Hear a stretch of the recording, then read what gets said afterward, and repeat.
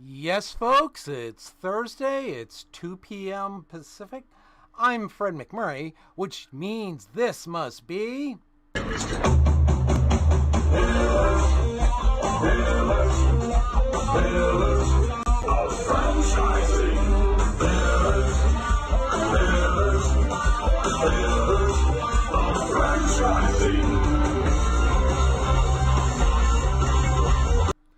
Had to let it go a long time today because we got a whole lot of folks on here, Kristen, so the credits had a long time to run. We got a lot going on today. Uh-huh. The new format today. Exciting news. Lots It to is. talk about. So, what's the big news of the past week? Oh my goodness, we were so busy this past week. We have an exciting partnership to announce. The Pillars of Franchising $1 Million Mentorship Program has been really excited to announce a new partnership with IFPG, our great friend with the red shoes. I like to refer to him, Red Boswell. We are now very excited to announce that we are joining with them as a partner. I'll call it a partner in crime, so to speak, in a fun way, so that we have an opportunity to meet with some of their talented brokers, their franchisors, their vendors, and really get an opportunity to kind of reach out and meet more people and help them get more exposure for some of their folks here on the show. And we really look to really network and grow both our own businesses as well as theirs. So that was a really big accomplishment, if you will. This will not only help our mentees as they come through our program have people to speak directly with in terms of franchise professionals. Let's say it's a banker, let's say it's realtors, insurance folks, which we got a great one coming up next week, and the franchisors directly. So we're really looking forward to that. We've got more exciting news up and coming for some more partnerships that we've got brewing here at Pillars of Franchising. So hopefully you'll join us in the upcoming weeks to hear more. That's pretty much as I can let out of the bag until your fingers are telling me, wait. There's two other things of real big note. One, Okay, I'm wearing new glasses. Ooh. And Or two, mine. see, we're new glasses for both of us. That's good. And isn't today the inaugural appearance of a new mentor in the $1 Million Mentor Program? It is. It is. One of my favorite people who quickly climbed to the top, Mr. Jerry Akers, joining us today. It always makes me think of the song Green Acres, and I'm very sorry, Jerry, but before I met you, I kept saying, oh, it's the Green Acres guy. It's the Green Acres guy. And so, Jerry, I'm really excited to Sorry, go ahead, Fred, you're there again. Go ahead, I hear your lips moving. I got the applause in there, at least to those listening. They heard the applause for Jerry, so we got him some applause. Got to give the man applause. Yeah. Go ahead. So Jerry, I've lost count because as of last week, whoops, look at my screen moving. As of last week, I know that you were chatting about. So all I know is at this point, we're probably over 29 Great Clips franchises.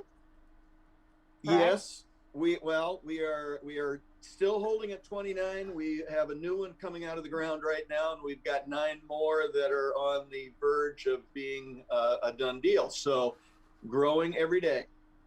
Wow, and that's a bazillion, isn't it? I can't even imagine. And you've got, well, I'm going to use the number numerous territories for the Joint Chiropractic, right? I'm responsible for 3 states in the Midwest, Iowa, Nebraska, and South Dakota. So yes, we'll be working on that as well. Yeah, so numerous is a good number. And you're a part of IFA with a lot of the government compliance stuff. Go ahead. Were you going to say something on that? I am. I've been with IFA in some form for about 8 years now, and I'm now fortunate to be able to serve on the board of directors for IFA, so helping do everything we can to improve the franchise industry. And the most exciting part is that you very soon have a new book coming out. I do. I do. One of the things that I love about franchising is we can mentor and so many other people that are looking at it, which falls right into what we're talking about. And with a partner of mine who is a 4-time New York Times best-selling author, we are finishing up a book that is destined to help franchisees or potential franchisees make decisions about which direction to go with their future business, as well as give them tons of insight and tools to make them much more successful as that franchise comes out of the ground. So I'm excited that'll be coming out later this summer. Yes, and we are so excited to have you as part of the $1 Million Mentor, because I can't tell you what a great cornerstone your experience and your love of sharing and helping people does for our program. So it's been a real gift of you giving us your time and your knowledge to have you join the show. So thank you and welcome aboard. We're so glad to have you. And Thanks now a lot, everybody. And now a Chicago moment. Get your hat next time. Come on, get with the program. Get co-hosts have to wear hats. Yes. And think about the background next time too, Jerry. Okay, so now we've criticized him and made him feel at home. Let's do my favorite part, pillars of weather. Yes. Well, I'll start and just say the weather is nice. Okay, move on. Who's next? It's great. It's 62 degrees here in the Chicagoland, Aurora area, and it's sunny. So, okay, who's next? Jerry, you're in Little Rock. I'm in north central Arkansas right now, and it is 61 degrees and very sunny. It's a gorgeous day, and shame on you guys for taking away from great outdoor activities today. Get a hat. Get a hat. Well, we're experiencing our third winter here in Cleveland. So just got off 2 days of snow, and it's melting, and in the 40s. So hopefully everything will warm up by this weekend. That is so that when you go back to your fabulous place in Florida, so that you appreciate it more. No question about that. Yep. That's why they gave you that third dose of winter, I'm sure. Oh yeah. And our of course, guest. I'm next door to Ray. Yeah, so that doesn't count. So I bypass. And our wonderful guest, Michael, would you like to start? You're on mute right now, so you're gonna have to turn yourself off. Yeah. But Michael Silvanash, would you please tell us the weather where you are, and then I'll introduce you. Sure. Well, I'm just west of Jerry, so it's 61 here as well, and it's beautiful outside. But unfortunately, I won't get to enjoy that today. I'm stuck in the office with you lovely people. We took it away from you too, didn't we, Michael? Get a hat. Get a hat. Hey, you said guests didn't have to have a hat. I was pushing it before. Sorry. You're right. But, well, never mind. Who can tell what the future brings? You're right. And the beautiful Miss Robles, what do you have for weather? I am in the Ann Arbor, Michigan area. It's 48 degrees here today. We had snow the last 2 days, so there's no snow on the ground today, so that's good. And the sun is out, so that's good. Well, yay! And you don't have to cut snow. I mean, so you don't have to mow the snow. Oh, that rhymes. I think Ray belongs in Alaska. Do you know what, Ray? You could probably live in Alaska next to that crazy lady who thinks she can see Russia from her backyard. Yeah. I don't think I would mind Alaska. It'd be pretty nice. Yeah. Don't have to worry about sweating. I don't need that weather. So let's get started. I want to tell you all about today's show. Unless, Fred, did I forget something else? Well, you just forgot to ask me what the weather was here in California. I know, but nobody cares. And that's why all I'll say is thanks for the like on my Instagram post of having sushi at the beach the other night. It was a really nice evening. So now you can go. I don't think I liked it. I I think I liked that post. Did anyone on the call like it? I don't think so. No. Okay. All right. Moving Go right- ahead. Go talk.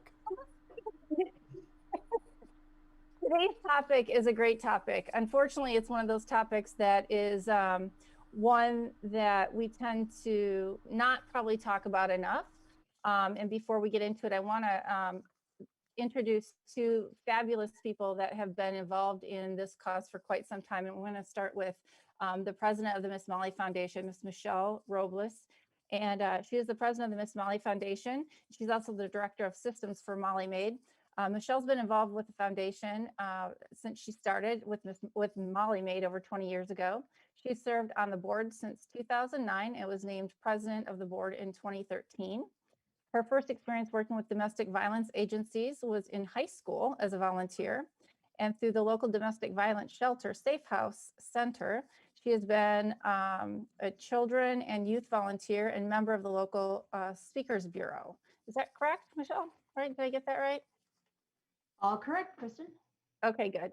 You're going to have to keep that mute off because I'm just going to catch you probably off guard all the time now. So, and we're going to talk in a little bit too about some of the awards and things that the Miss Molly Foundation has earned since you kind of took the helm of the foundation. So I think there's some good things to talk about here very soon. And the next one, Michael Silva Nash. Now, Michael, you have astounded me since we bought our franchise about 15 years ago. Your story and your involvement in the foundation has just, or even in your parents' business, has just amazed me. So I'm really looking forward to introducing you. And I have you as the executive vice president of Molly Maid in Greater Little Rock and Northwest Arkansas. Your family, I didn't realize your family only purchased Central Arkansas in 2005. Is that right? Your mom actually started as an HSP back then? That's right. Well, she was there before then as an HSP. Not for too long, for maybe a couple months, and then she was promoted office manager, and then from that point on, she was the office manager and bought in 2005. Wow, that's awesome. I wish one of my girls would want to do that. That would be really cool. It's a great way to leave your business to an employee, right? Right. And then most recently, you guys acquired the Northwest Arkansas operation in 2017, and you're currently the third largest Molly Maid franchise in the United States. Second now. Okay, I think that's second. I think second. That's awesome. How long before you take out Harry? I don't know about that. But the good thing is we enjoy doing it, and Harry and I work closely, and so we share a lot of good ideas back and forth, and I think that keeps both of us a little energized. So good. Just don't get into calling him Big Pop or anything like that. I'll go right to his head. And I have here that you're also getting, and we talked a little bit too about getting very heavily involved in politics, working in Washington, D.C. for a congressman and assisting in successful election campaigns for statewide office. And I think that's awesome. We were before the show just kind of talking about how great it is when you're in small business, really getting involved in some of these political areas that can not only help you grow as a person, but really understand what goes on behind the scenes and some of the decisions that are being made and how they affect your business now that you're, involved in so many different aspects of it. So welcome to the show. We're so excited to have you all here.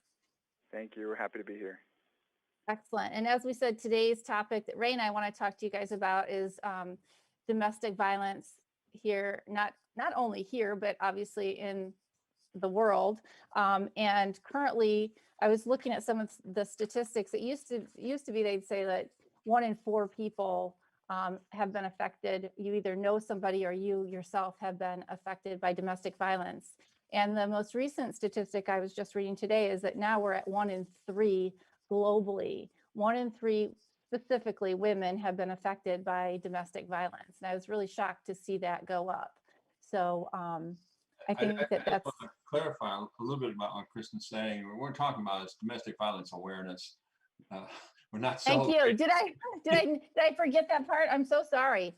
Yeah, we're not celebrating domestic violence. Yes, absolutely not. Absolutely not. Thank you for clarifying that. About the awareness that it is happening, and there is things that can be done. And unfortunately, it's out there. But I just want to also emphasize that one of the reasons, there were many reasons why my wife and I bought the Molly Maid franchise going on 18 years ago. And one of those reasons was very strongly the Miss Molly Foundation, because we felt we needed to give back to the community, and we have, every single year since we've been in business. And we'll also be on the walk, the local walk, that makes people aware that they do have help in coming this next month in the local area in Aurora, Illinois. That's awesome. So I need to make a comment here. Since we've been doing Pillars of Franchising, I think we've done a show on domestic violence awareness at least 4, maybe 5 times. And Ray has had to give that same speech every time because I'm normally the one who screws it up. So thank you, Kristen, for botching it the way I normally do. Continuity is continued. Had to get that out. Well, Thanks. yeah, I know. And I'm always usually very, very careful, but I'll tell you sometimes the pressure of doing intros, and I'm flipping through papers and I get a little tongue tied. So that's all right. I know what I meant to say. I just have to be a little slower on the draw with the tongue. So anyway, Michelle, can you tell us a little bit about the Miss Molly Foundation and how it began and how you got to be where you are today? Yeah, so David McKinnon, who brought Molly Maid to the United States from Canada, decided, he always knew that being a community-minded individual himself, he always wanted to have a nonprofit to go along with Molly Maid, and he just needed to find the right one. And interestingly enough, he was home with pneumonia during the O.J. Simpson trial and got to kind of see firsthand what happened, in that situation. And it really got him to thinking, if, you said 1 in 3 at the time, I think it was about 1 in 5 back, maybe it was 1 in 7, 20 years ago. I don't know what the numbers were then, but, if this many women, and it doesn't only happen to women, but in our jobs and what we do every day with Molly Maid, we're mostly working with women. If 1 in 5 of them is affected by domestic violence, think about everybody in Molly Maid who could be affected. We've, and in the reality of the situation is we've had everybody from corporate home office employees, franchise owners, office staff, HSPs, everybody in every different aspect of the Molly Maid business. We've had at least one person that we know of who's been in a domestic violence situation. And it does not discriminate. It can happen to anybody in any community, whether you're affluent or whether you have no money, regardless of what ethnicity you are or what religion you are, it can happen to anybody. There are obviously things that increase factors, but it can happen to anybody. And I think that was one of the best things that Safe House did a couple of years ago here in Ann Arbor. They put up these billboards and it said, domestic violence, yes, it happens here, because people think, I live in this really nice community. Things like that don't happen here. Those things happen in communities where, in other communities, not here. But it's something that, the fact of the situation is that it does happen. And unfortunately, with COVID, we've seen a significant increase in that because of, all of those factors that, like isolation and stress and economic anxiety and joblessness and, Right. Lack of resources, those all in times of a pandemic are all worse. And those are all things that help to increase the chance of being in a domestic abuse situation. And normally, maybe you're in a domestic abuse situation, but you get the opportunity to leave your house to go to the store. You Right. get the opportunity to leave your house to go to work. And now everybody's supposed to shelter at home. And so what do you do when that person is now here with you 24 hours a day, 7 days a week? The instances go up, Right. Which kind of makes sense. So, Well, and I think what's interesting is when you talk about what the statistics used to be, I know generations in my family ago that it occurred in. And the interesting thing is You talk about 20, 30, 40 years ago, it happened, but it wasn't something that people talked about, right? It was things that happened, but it was the dark, dirty secret that nobody talked about. Because if you talked about it, you were shunned or you were told, oh, don't tell people that, right? And so, you wonder what really was the number then. And even now with COVID, to your point, people are sheltered at home. They're not allowed to get out a lot. And so the number may be even higher than we're hearing because the victims can't get out and talk. And I'll tell you, I have some very, very dear friends that have, different lifestyles and their boyfriends or girlfriends are in domestic violence situations in a same-sex relationship. Mhm. And I don't think the statistics necessarily get reported accurately on those as well. And so I think there's a lot that goes on that as a society, we don't necessarily hear about because, again, we kind of keep it in the dark. And I think we have a serious issue with that. And we need to be able to create channels where people can come out and make their stories known so we can get them resources. That's why the awareness part is so important, because people do want to push this under the carpet. They don't want to let anybody know that, well, grandpa was, hitting on grandma. And it needs to be out there so that the help can be sought. And there is help. And, Yeah. Yeah. A lot of times victims think it was their fault. They did something to cause it. And and that's not true. They say the same thing, with domestic violence and sexual assault go hand in hand in a lot of cases. And they say, the main cause of the abuse is not what you were wearing or what you did or, who you were talking to. The cause of the abuse is the abuser. Mm-hmm. It's what they did. It's not what you did. Yeah. And one of the things that people don't realize also is that it's a learned behavior.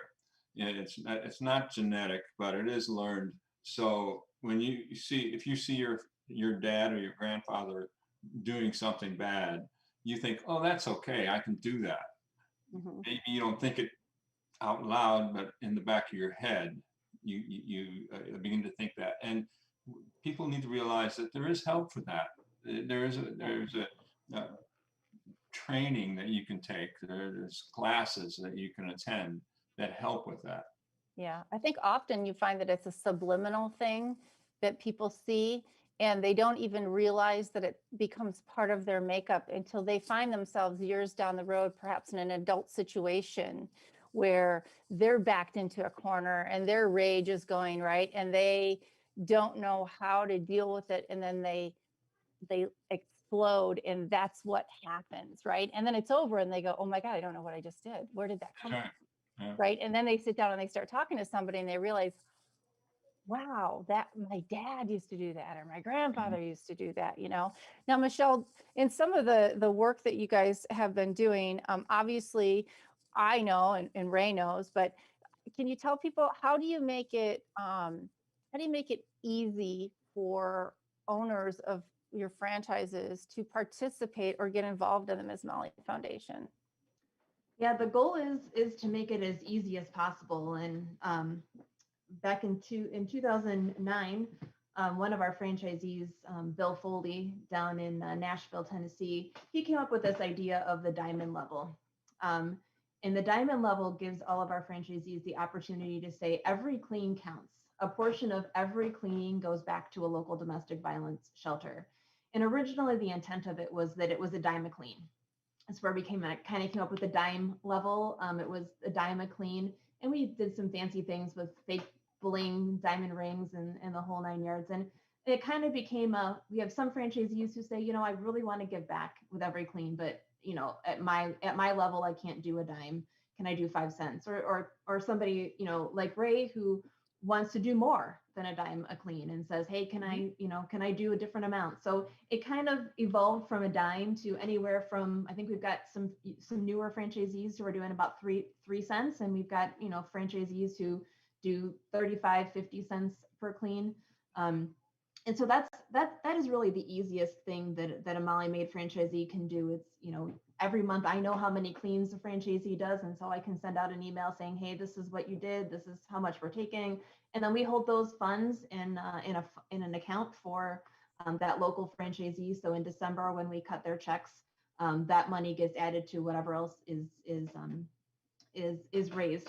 But the other things that we do are we really try to make everything easy. We're a franchise model, so we try to not have every franchisee have to reinvent the wheel themselves. So even with the foundation, we try to make them as smooth as possible. So we've created a how-to kit in the past that we've sent out to franchisees so they can see how you can do it. We help new franchisees find a local shelter that they can work with and that they can support. Every year we create a customer letter, which franchisees can send out to their customers to be able to get donations from customers. We have a website for Ms. Molly you can either get to it from going to mollymaid.com and then going to the About Us, or you can go to msmolly.org. And then on that page, there's a donation, and then there's a bunch of shelters listed there, or you can check the box that says, I want my donation to go where it's most needed. And then we make sure that those funds go back to the local shelters as well. We really do want to make sure that as many dollars as can go back to the local foundation. One of the nice things about the Ms. Molly Foundation is that we have very little overhead. My time is donated. Kristen and the other members of the board, their time is donated.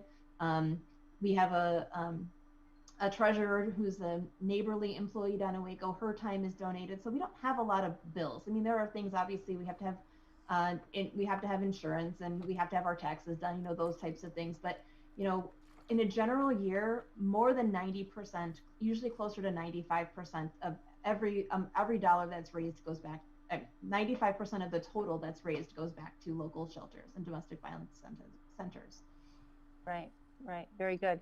And one thing I want to point out, and we have to take a commercial break, but I don't want to miss the fact that, and I got a message reminding me, and we often do focus a lot on women, and I wanted to make sure that we pointed out the part about, this doesn't just go one way. There are females that also abuse men, and so that is a really important thing. It isn't just a one-way street, and I don't want anyone to think that we're trying to paint that picture, because it's certainly not the case. And I think that there are probably a number of men out there listening going, hey, wait a minute.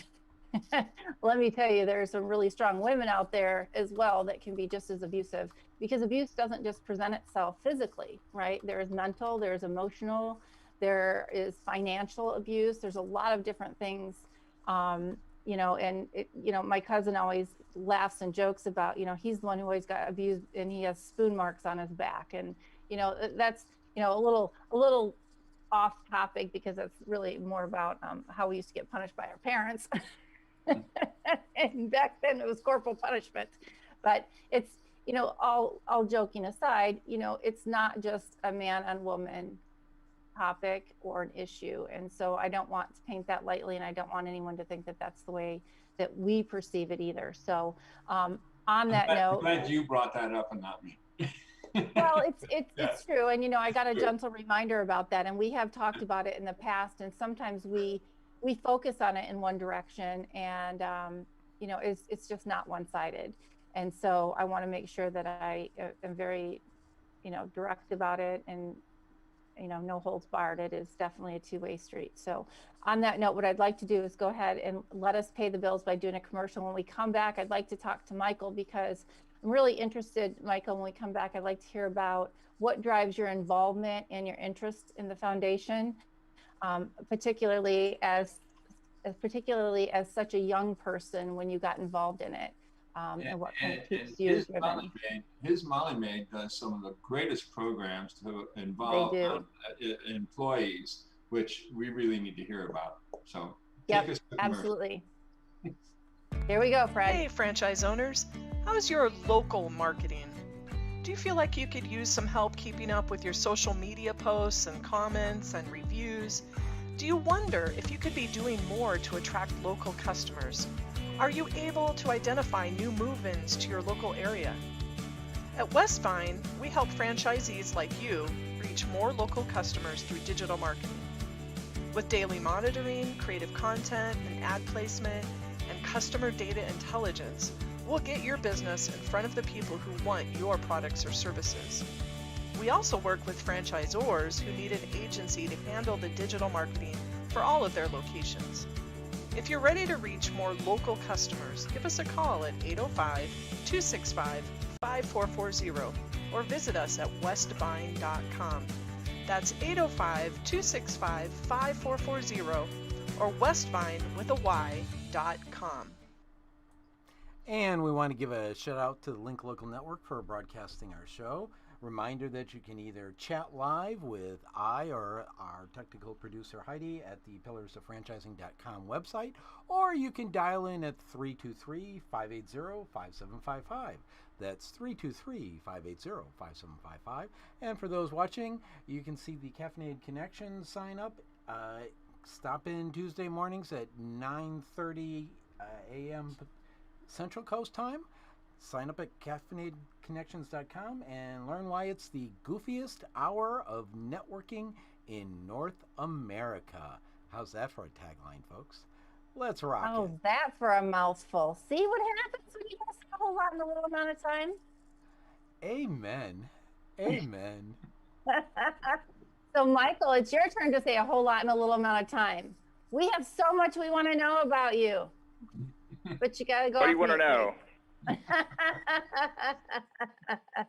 So we want to know, like, you were so young when you got started. You had such great ideas, like Ray said. I mean, I remember one of the clips I saw of you at a convention was that you had coordinated this huge parade and walk, and I was like, who is this kid? Yeah, it really, my family, we're a family of runners. Well, I do less running now that I get older. But we were family runners.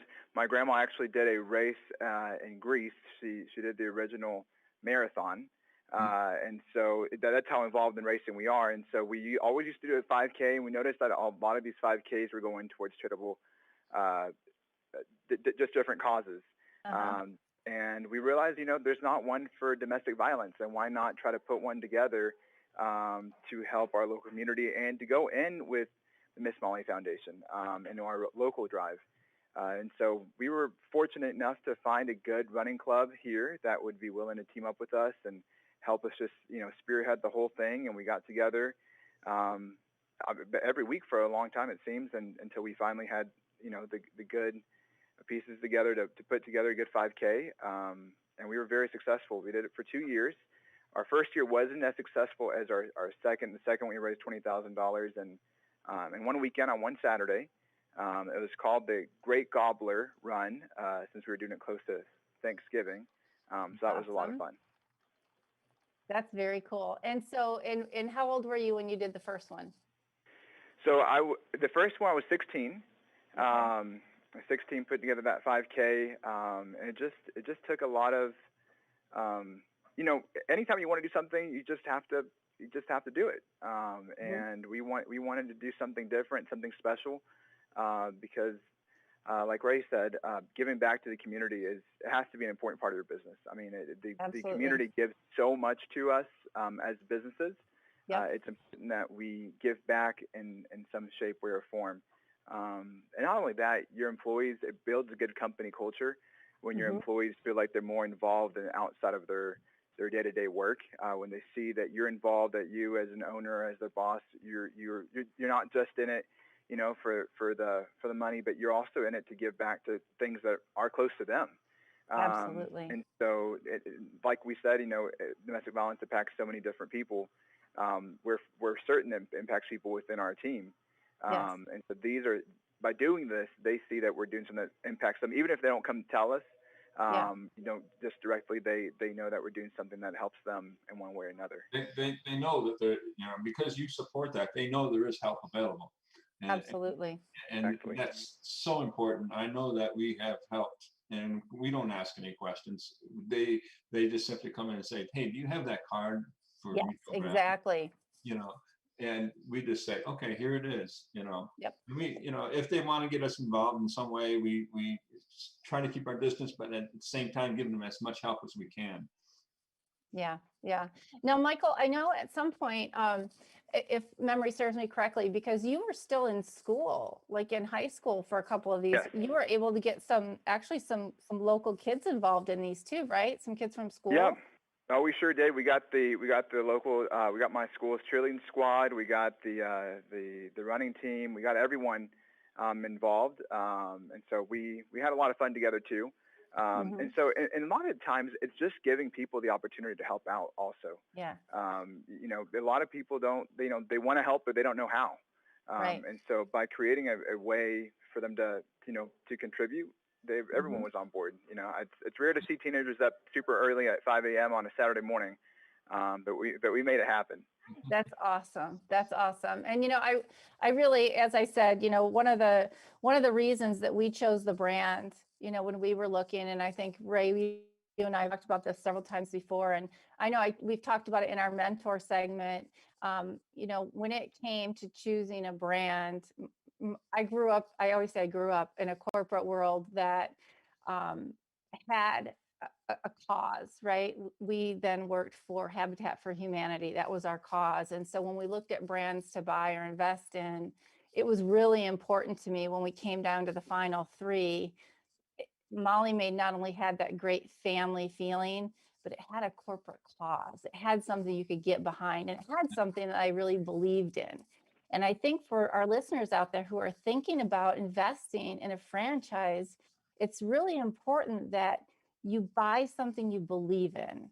I mean, if you were Michael now, you went and you could buy anything or invest in any kind of brand that you wanted. Would that be a deciding factor for you to buy a brand or invest in a brand that had a charity involved? Would that make a difference to you if all other things were equal? No, yeah, that's yes, without a doubt. Doing knowing that you're making money but doing good for your community at the same time, it has a better. You just put more energy into it. You put more passion into it. So we know that every clean that we do, like Michelle said, a portion that goes to the Miss Molly Foundation and the best thing is about the Miss Molly Foundation is that it goes back into our local community. So it's not going somewhere and we don't see that impact. That's impacting our backyard. And that's and so doing those things, and not only that, Molly Maid has made it, and Michelle and her work in Miss Molly Foundation has made it so easy to contribute, to help. I mean, these are some things that are just so obvious to do. You should definitely think of those things while you're considering a brand to go with and how they impact your community, in different ways. Yeah. Michelle, can you tell us about, I think it was Ray, like 2 years ago, it was before COVID, right? Ms. Molly Foundation got a nice award. Can you tell us about that award? Yeah, interestingly enough, I was just thinking about that as we were talking. You were talking about franchising, and if you were somebody who was wanting to open a franchise, you'd want to pick one that was doing something to give back to the community. And the IFA a couple of years ago created a franchising giving back arm, and I believe they started it in 2015, and in 2015 through 2019, they gave awards out every year to franchising to IFA members that were involved in a couple of different categories. One was like the new type of business getting back involved with their community. But the one that we won in 2018 was called the Enduring Impact Award, and it's given to an IFA member that gives back to their community for 5 or more consecutive years. And at that time, I think this was 4 years ago. So we had been doing our thing for over 20 years at that point. So obviously we qualified in that 5 or more consecutive year category. It was an amazing honor. There are lots of IFA members that do great things, and lots of them that have been doing it for a long time. And so to be able to be with other IFA members that give back to their communities and do other great things. I mean, there are so many of them that do great things. To be recognized with them and to get a chance to meet some of them and find out the things that they do It really was a great honor, and they gave us an award as well, a financial award that we got to use then to give more money back to the local domestic violence shelters. That's awesome. That's one of the things I wanted to ask Michelle, just so our audience understands. How does giving to the Miss Molly Foundation help the local owner of a Molly Maid, especially if they don't even have a domestic shelter in their area? So how is that money, equitably distributed? Yeah, how does it help the local community, right, Ray? Yeah. So like Michael was saying earlier, they've got two businesses. They're in two different parts of Arkansas, and they have two different local domestic violence shelters that they work with. So all of the money that they raise. So whenever a Molly Maid franchise works with a local domestic violence shelter, 100%. I mentioned earlier 95% plus what's donated in the given year goes back, but 100% of what gets donated locally goes back locally if there is a local domestic violence shelter. So every dollar that Ray donates, plus that Ray's consumers or customers donate, plus any vendors that Ray works with that donate, 100% of that goes back to Ray's shelter. Same thing with any Molly Maid across the country. And then for those Molly Maids that are not in an area where there's a domestic violence shelter or not one that they work with, then those funds are used. We take some of the excess funds and then those are distributed back to other shelters. So, we did a fundraiser last fall.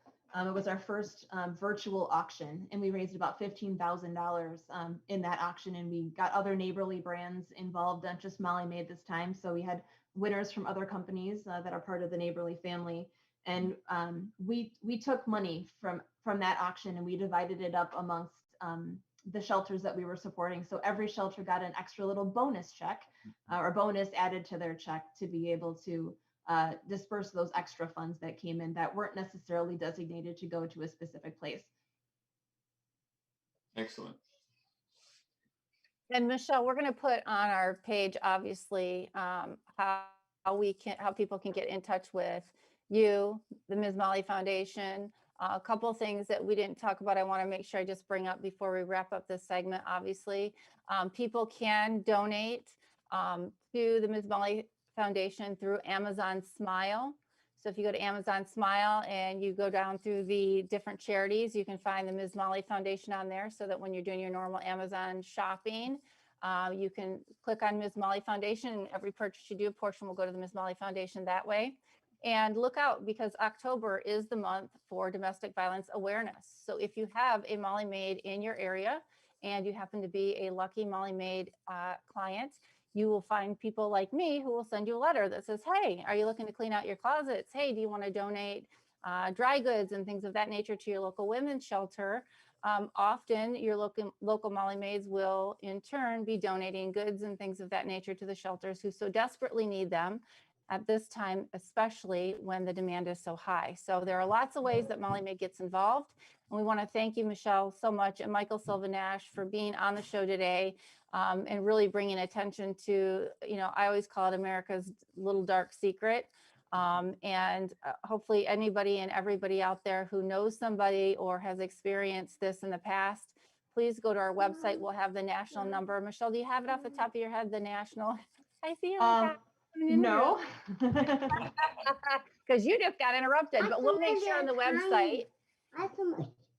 There he is. On the website, we'll have the national number posted so that if you or someone you know needs help, the national hotline for domestic violence victims will be out there for you. Again, I want to thank you both for being on the show, and we're going to go ahead and take a commercial now. So Fred, you can go ahead and pay the bills one more time. The Franchise Woman is a bi-monthly digital magazine that empowers women as they navigate the franchising industry by providing relevant news, tools, advice, and inspiration. We are a resource for women who are seeking to own their own businesses, improve their existing businesses, find creative solutions, and take advantage of franchise opportunities. We feature women in the business who best exemplify our ideals and have something to teach our readers. In addition to our exclusive articles relating to the female entrepreneur, we also feature brands that are geared for women. Women have become the fastest growing sector in business ownership and have become a powerful, influenceable force fueling the economy. The Franchise Woman will give you the news that is relevant to you to help you navigate the path of successful franchise ownership. By women, for women, and about women. We are the Franchise Woman. Join us today at www.thefranchisewoman.com. And now, I want to remind our listeners that they can call into 323-580-5755. That's 323-580-5755. Or chat at thepillersofranchising.com. And now for our next segment. I've been looking forward to this title for a long time. Let's make a deal! Come on down! David, are you ready? How about that? I feel like we need a wheel to spin or something. That's all right. Tell me, David, what kind of a deal do you have today? Well, follow up on one of our conversations we had, I don't know, a month or two ago. I'm not even sure how long it's been, but it's a question that everybody always seems to ask, and especially new entrepreneurs. So, I've kind of aimed this at, those of you listening, and what I hear this all the time, especially from someone who's never owned a business. First, I guess the first question they always ask is, how much does it cost? What's it going to cost? Yep. But the second statement they make is the one that we're going to address today, and that they automatically, a good number of people dismiss themselves by saying, I can't afford that. Right. Yep. And I always think about that. And sometimes we put people that own businesses, have a different, maybe put them on a different pedestal. That's not the right word, but hold them in a different regard. Like, oh, they must be smarter than us. They must be more resourced than us. They must have, a way to open a business that I don't have. And I think that's what I want to address today is really comes down to the art of making a deal. And whatever that deal means to you depends on whatever that business is, depends on what you're looking to accomplish. So awesome. What I tell everybody is, I says, that's the wrong statement. I can't afford it.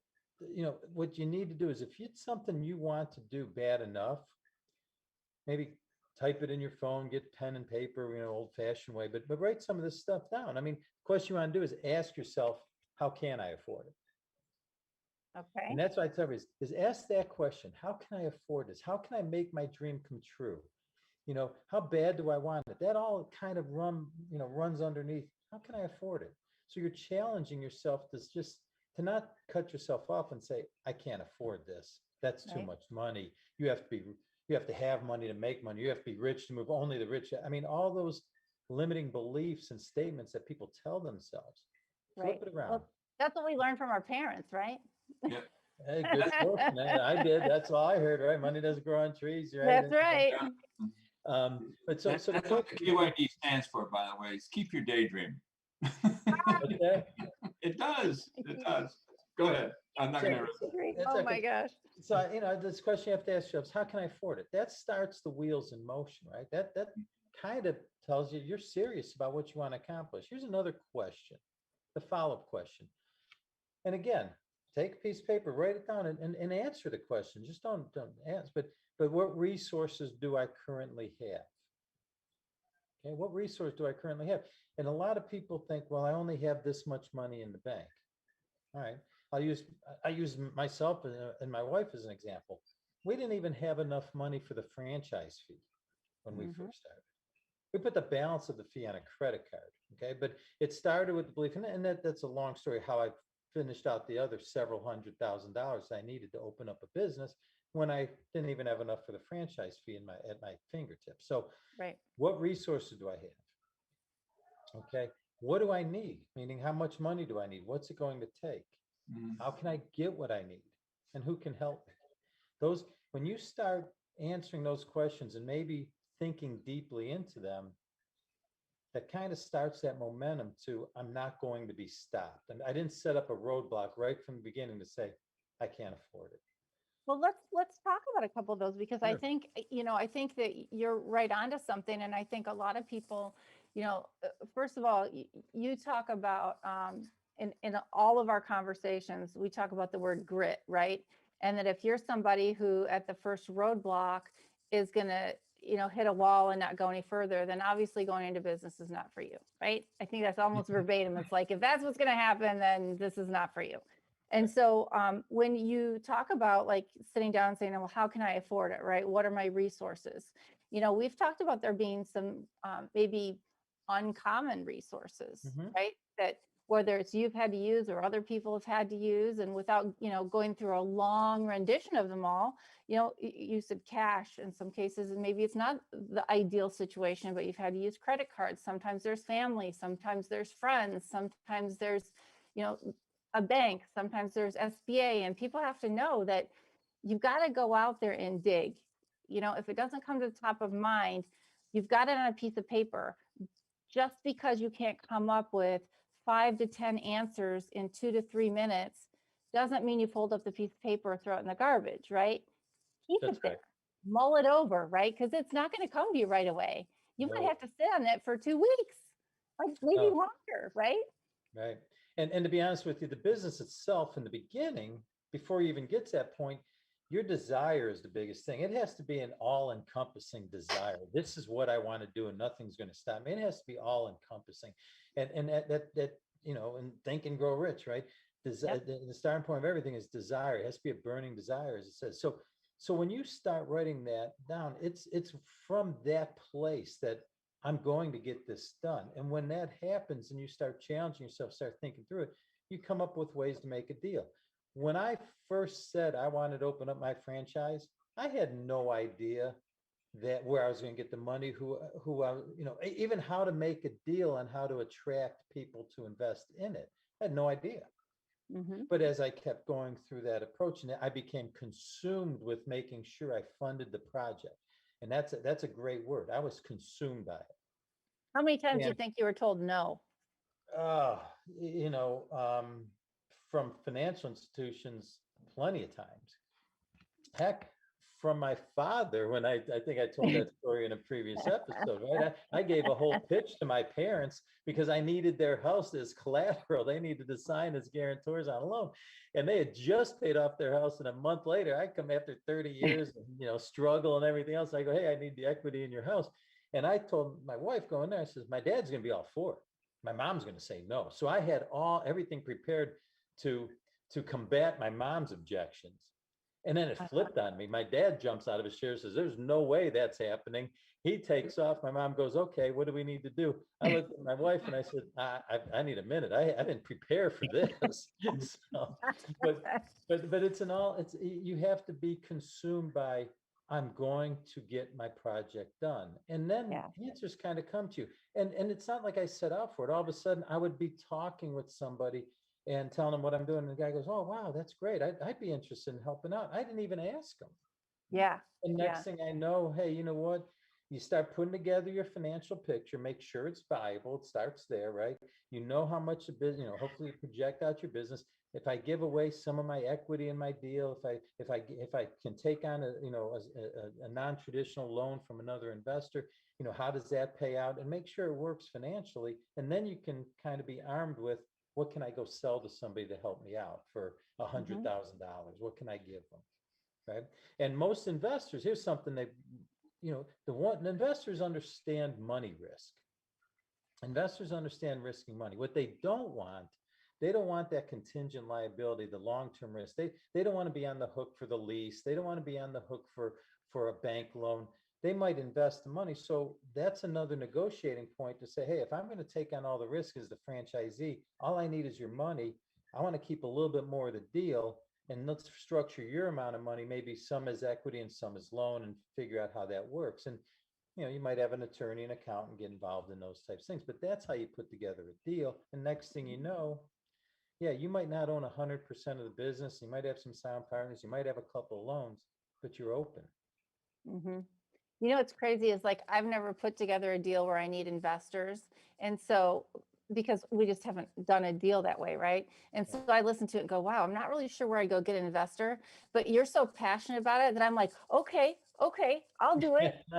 Because I think for people who are passionate and like really believe in it, right? Like you get people who like me who go, okay, yeah, let's go, right? Because I've opened up over 20 businesses where I didn't have enough money to do it. To do any of them, and they all opened. but I had to be creative somewhere. And then you find out when your investors are happy, they're willing to go into your next deal. They're willing to go into your next deal, right? And then other people are knocking on your door and going, hey, I heard, so-and-so, I want in on your next deal. And then it snowballs. But I've never owned a business 100% in any of them. And that's 28 years. So it just hasn't been that way for me.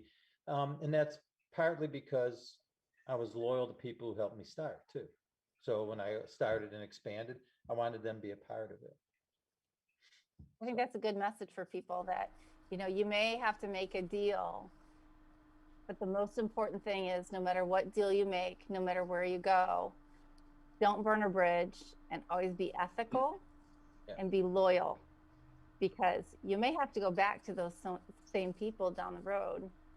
Yeah. For another deal. And while you're doing it, like you said, you're getting a lot of no's. I mean, it's tough. I mean, that's why you have to have that all-consuming desire, because you start to doubt yourself. Some people are saying no. You start to doubt the concept. Can I really make money? Why are so many people telling me no? Why aren't and you're just consumed by it, and you're pitching your business plan everywhere. And at least for us, but again, I go back to, we probably shouldn't even been qualified to open up a franchise, truthfully, with as little resources we had, and we laugh all the time. And when I talk about all consumed, I'm talking about, this was on my mind 24/7. Remember, I'm working a corporate job at the time and trying to do this stuff outside of hours the whole bit, and just pushing to the point where I remember my wife, it's Valentine's Day. She's waiting for me to come home from work, and she's got this nice little outfit on and blah, blah, blah, blah. And I come in, I'm like,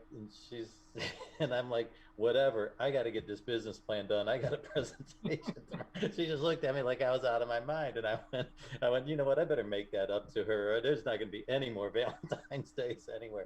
But that's, but that's what I'm saying. When you become obsessed, consumed with making sure your dream comes true, you'll come up with the answers. I promise you that. I promise things will fall in place for you. Well, I hope you've all had a chance to listen to David, because as I said, I think his passion speaks for itself. And again, David, you've got my vote. I'm willing to make a deal. I don't know what deal it is next, but with that, as you talk about your corporate job, we're going to switch over to Jerry and talk about the corporate general manager, because he's got some interesting things to share with us on the show today too. Thank you, David, so much again. And Jerry, what about this? Well, I bought into David's passion just like you did, and that's the exciting part of this. Yeah, very cool. And I've been where he's been at, so he and I can share a lot of horror stories about trying to find money. And that was the fun part of what's going on right now. I want to talk a little bit more about some of the concerning things that are going on. And frankly, this is coming out of the nation's capital, and that is the PRO Act. Many of you may have heard of joint employer over the last few years. And the PRO Act is a thinly disguised version of joint employer that we're now dealing with. And for those of you that haven't been following this over the last 7 or 8 years like I have, I'll give you a little bit of a synopsis of what that means. We as franchisees think that we are independent business owners, and that, we do our own hiring and firing, and we decide what we'll pay employees and what our benefits package will be like, and those kinds of things, which I think is a part of owning your own business. You can, that's right. We've talked with Molly Maids about helping with some of the things that they've helped with. And I know we're driven to try and create a better income stream and benefit stream for all of our employees. So being an independent business person, you have the opportunity to do that. Well, joint employer is basically going to make our employees a component of a corporation, the franchisor, rather than the franchisee. In essence, what they're doing, if you fall into this category, then every franchisor would be responsible for the employees of every franchisee across America. Think about how that would work. Huge numbers. Not only huge numbers, but I mean, how do you, all of a sudden then Molly Maid turns into, for lack of a better term, a Home Depot store, and I simply become a Home Depot store manager all over again. Well, that's exactly right. That's why the title, right? Yeah. Corporate store managers, and that's not what we signed up for, right? I mean, are they going to start No. paying my taxes for me? And like, do I get to play with their money instead of my own?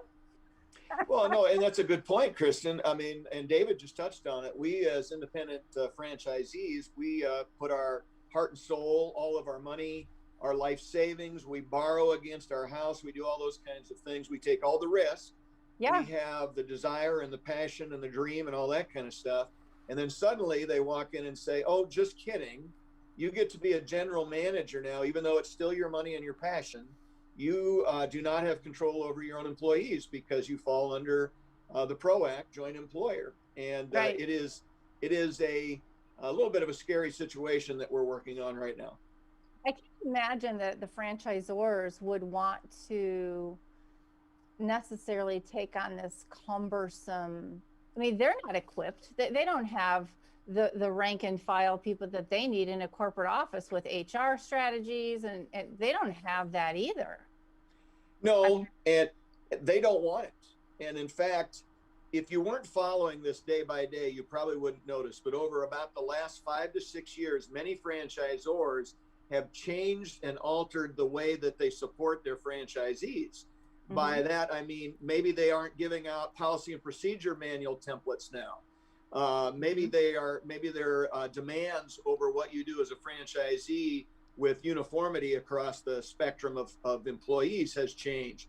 Maybe they're not helping with recruiting as much as they used to, and some of those kinds of things. Those are all attempts to distance themselves from being considered a joint employer, because they cannot have anything to do with supporting you through your employee side, even so much as expecting employees of a food chain to wear the same uniform or the same logo on their uniform across the United States could fall under this joint employer category, because that would be a franchisor showing some control over a franchisee's employees. So think about that. Policies and procedures, national standards, all of those kinds of things go out the window.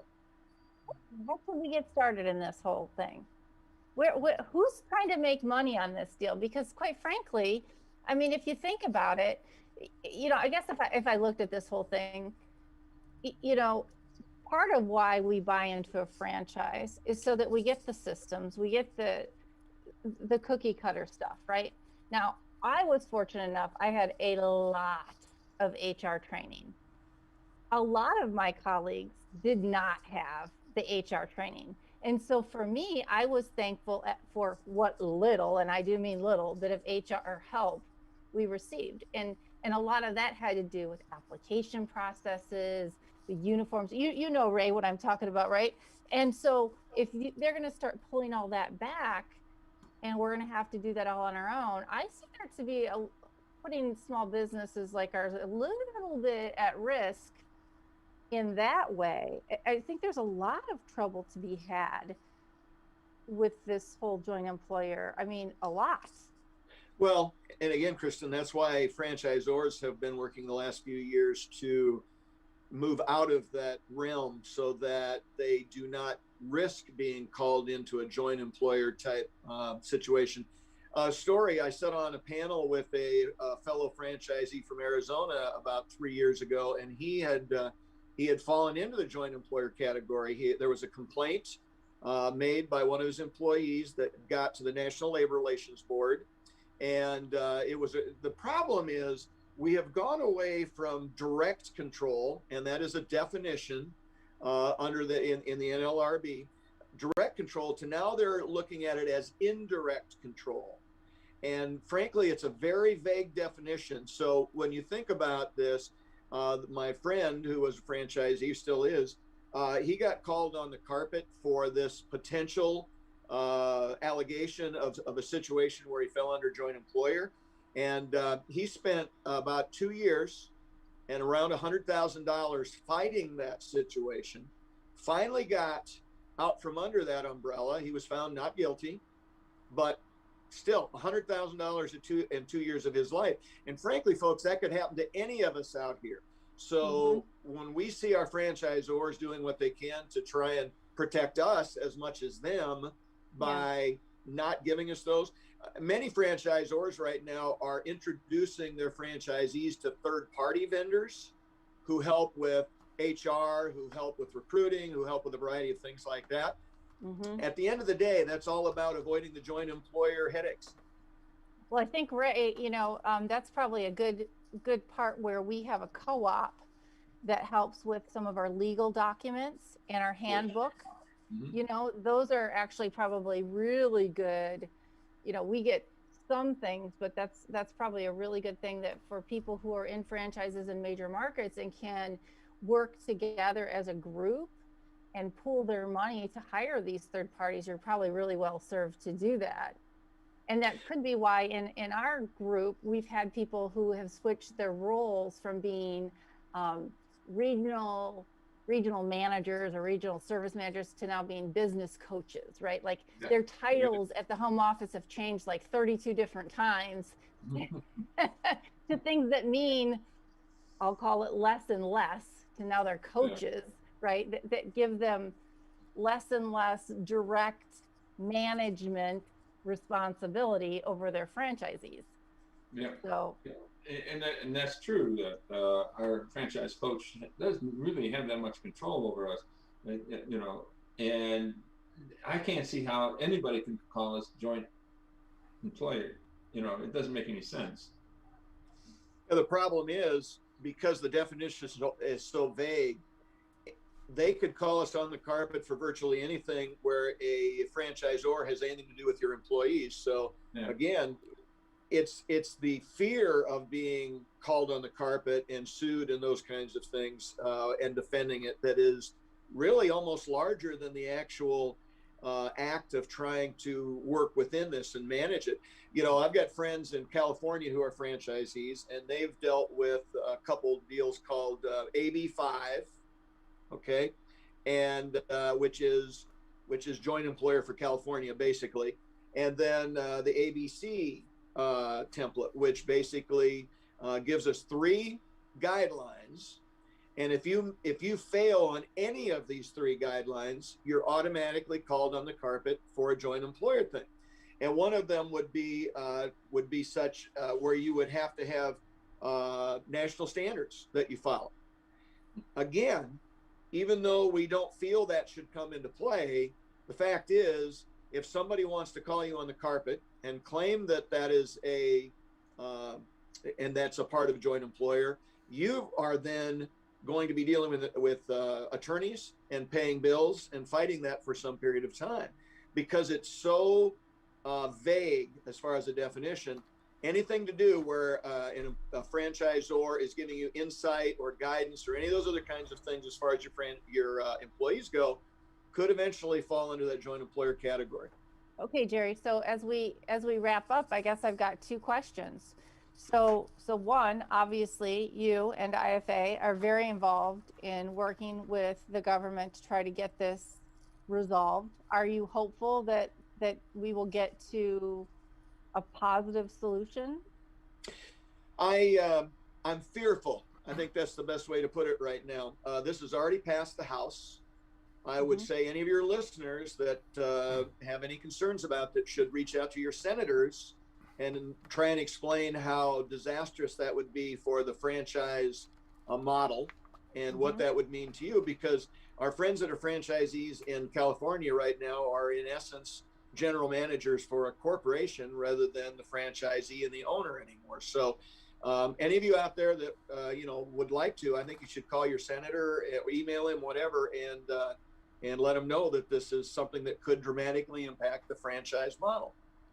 So let me ask you, because we are a show all things franchising. I mean, if you are out there looking to buy a franchise right now or advise somebody on buying a franchise, you, a guy with, oh my goodness, so much in franchising, do you move forward and buy a franchise still? Absolutely. Franchising is still the best way for an individual to get into business. Buying the business in a box, as you mentioned before, Kristen, we've got 29 hairstyling locations. I don't have a license to do hair.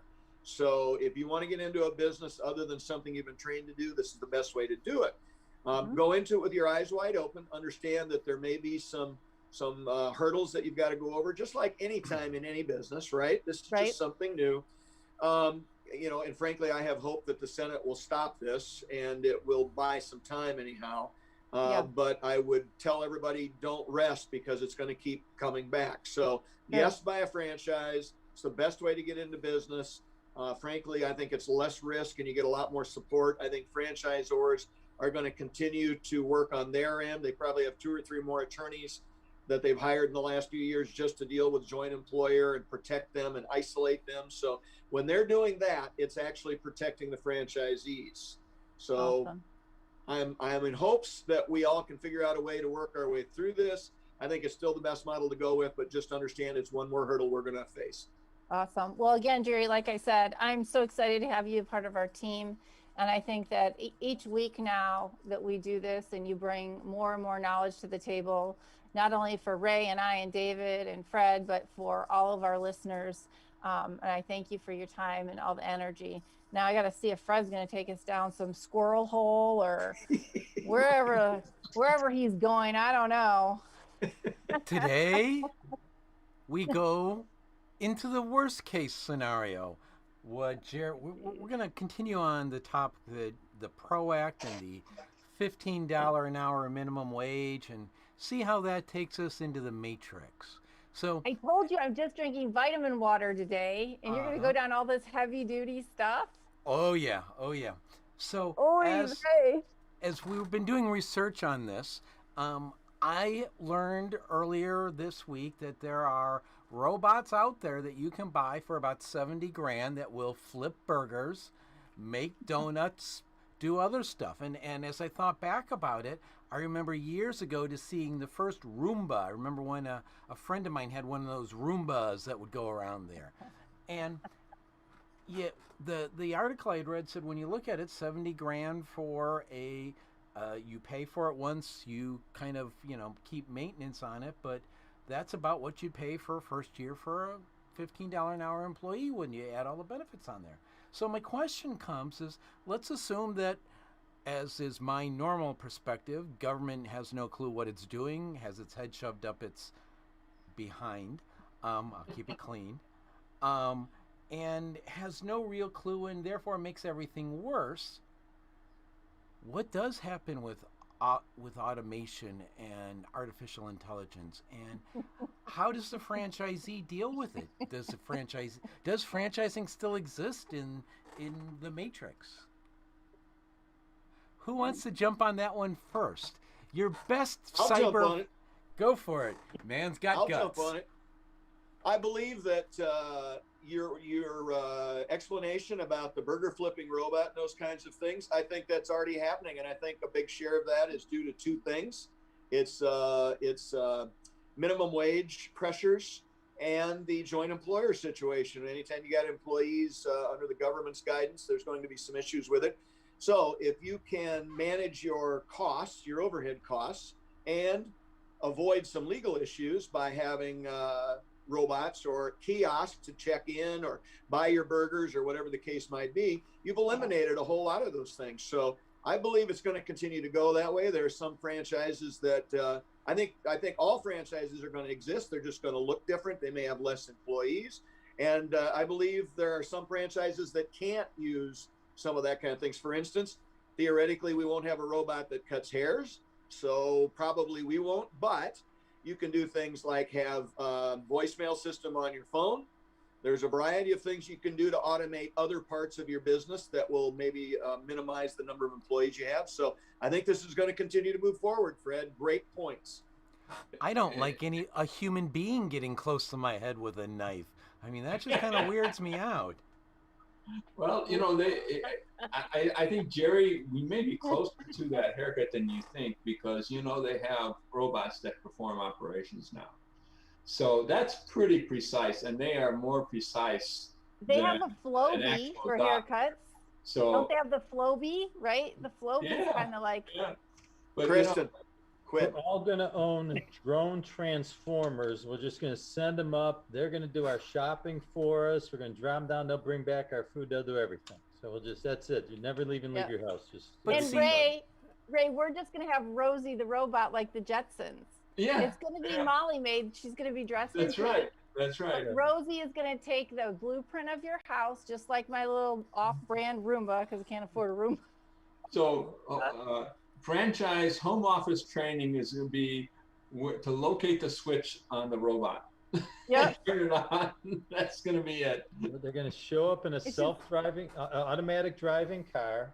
Yeah. Yeah, you've got a remote control. They ring the doorbell, let in, and then you just push the button and they're gone. And Yeah, they're- insurance is going to be high because, you know, they're going to not be on the roads and there's going to be like collisions everywhere. Replacement costs will be through the roof. This brings up one question because, see, sadly, I can see everything you've talked about coming I true. know. My question is that with everything being done with artificial intelligence or robotics and things like that, who's going to have a freaking job getting paid to do something so that they can pay for the goods and services? Aren't they? You got it. We're all just going to sit at home with unemployment and get that extra check. Get the extra money, and don't forget, Fred, that's why they're legalizing marijuana in all these states. Yeah.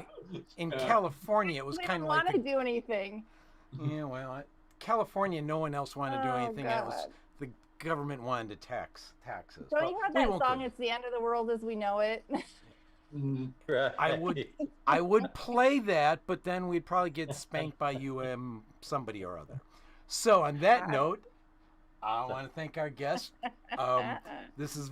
We've been able to take a very serious topic, teach people stuff, and still go down the rabbit hole. My kind of episode, yes. We'll be back next week on